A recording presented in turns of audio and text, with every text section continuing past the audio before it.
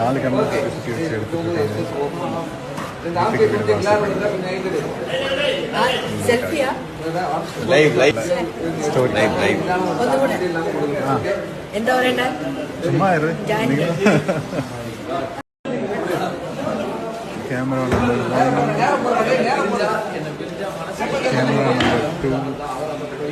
Camera number 2, camera number 3, camera number 4,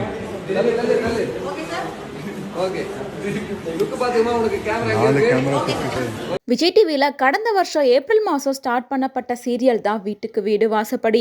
இந்த சீரியலுக்கு அப்படின்னே தனி ரசிகர்கள் இருந்துட்டு தான் இருக்காங்க. ஸ்பெஷலாக திரவியம்காகவே பல பேர் இந்த சீரியலை பார்த்துட்டு வராங்க.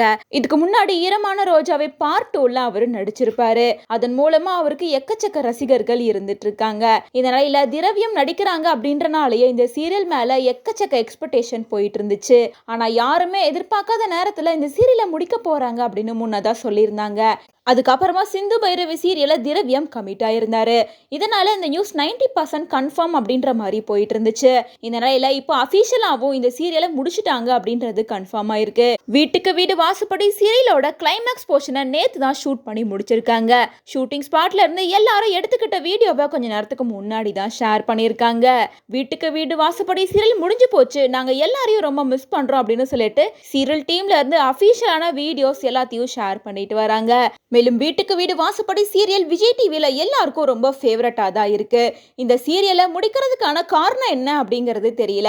ஆனா இந்த சீரியல் நடிச்சிட்டு இருந்த திரவியம் இப்போ சிந்து பைரவி சீரியல்ல நடிக்க ஆரம்பிச்சிருக்காரு. இப்போ வீட்டுக்கு வீடு வாசப்படி சீரியல் முடிவுக்கு வந்துருச்சு. அதை தொடர்ந்து அடுத்தபடியா வேற என்ன சீரியல் வரப்போகுது அல்லது ஏதாவது ஷோ வரப்போகுது அப்படிங்கறதெல்லாம் வெயிட் பண்ணி பார்க்கலாம்.